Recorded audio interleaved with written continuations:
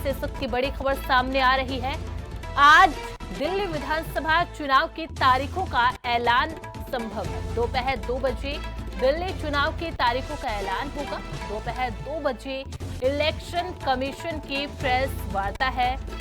आज ही दिल्ली विधानसभा चुनाव की तारीखों का ऐलान होगा। आज दोपहर 2 बजे इलेक्शन कमीशन प्रेस वार्ता करने वाला है, जिसमें दिल्ली विधानसभा चुनाव की तारीखों का ऐलान किया जा सकता है, अनाउंसमेंट किया जा सकता है। तो इस वक्त की बड़ी जानकारी, बड़ा अपडेट विधानसभा चुनाव के मद्देनजर आपको दे रहे हैं।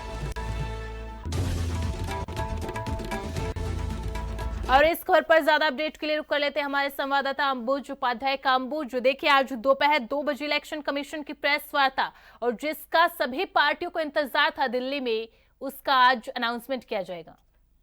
जी बिल्कुल अमीता जी, जिस डेट का इंतजार सभी राजनीतिक पार्टियां कर रहे थे, और ऐसा माना जा रहा है दिल्ली के अंदर चुनाव तो शुरू हो गया, क्योंकि सभी राजनीतिक दल अपनी अपनी तरफ से चुनाव प्रचार पूरी तरीके से कर रहे हैं। वैसे में सभी को इंतजार था कि कैसे भी तारीखों का ऐलान हो।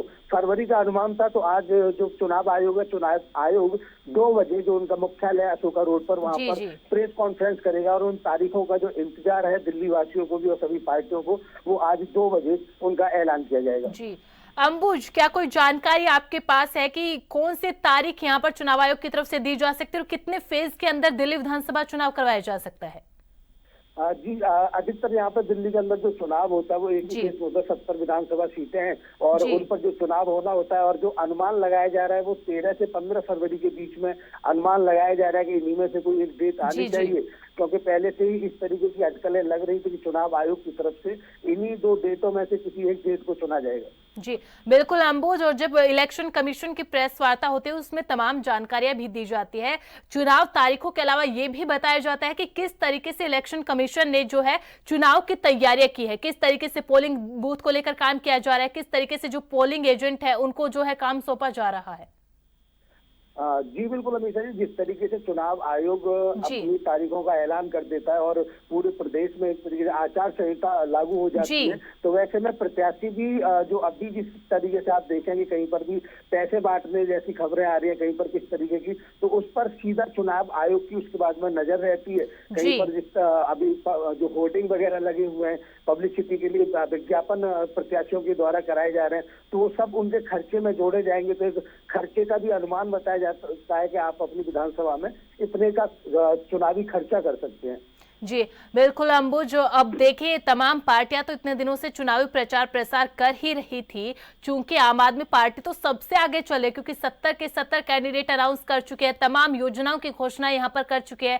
कांग्रेस पार्टी भी यहां पर कहीं ना कहीं आगे चले, लेकिन बीजेपी की सिर्फ एक लिस्ट आई है, ना कोई योजनाएं ना कोई घोषणाएं। हालांकि प्रधानमंत्री इस चुनाव में कूद चुके हैं। जिस तरीके से उनकी जनसभाएं हुई, जिस तरीके से फ्लैट्स को यहाँ पर वितरण किया गया, तो एक तरीके से प्रधानमंत्री भी इस चुनाव का बिगुल बजा चुके हैं। जी बिल्कुल अमीषा जी, अगर बात की जाए प्रधानमंत्री नरेंद्र मोदी की, तो प्रधानमंत्री नरेंद्र मोदी द्वारा फ्लैट आवंटन से लेकर नमो भारत ट्रेन जैसी दिल्ली वासियों को सौगात दी गई। उसके अलावा रोहिणी के अंदर उन्होंने एक जनसभा को भी संबोधित किया, और जहां पर उन्होंने एक तरीके से 10 साल आपदा के आम आदमी पार्टी पर हमला बोला, जिसे सभी बीजेपी अपना स्लोगन बना करके चल रहे हैं इस समय। तो बीजेपी जितने भी कार्यकर्ता और नेता हैं, और उसी के साथ अगर वहीं बात की जाए आम आदमी पार्टी की, तो आम आदमी पार्टी भी अपनी तरफ से बहुत सारी योजनाएं निकाल रहे हैं, और बीजेपी अभी तक सिर्फ 29 उम्मीदवार अभी तक मैदान में उतारे हैं बीजेपी की तरफ से। वहीं अगर कांग्रेस की बात की जाए तो कांग्रेस 49 उम्मीदवार दिल्ली के लिए मैदान में उतार चुके हैं। वहीं आम आदमी पार्टी इन सब में आगे चल रही है। उन्होंने अपने 70 के 70 प्रत्याशी दिल्ली वासियों को बता दिया कि हमारे ये प्रत्याशी घोषित किए जाते हैं। जी बहुत बहुत शुक्रिया अंबुज तमाम जानकारी के लिए।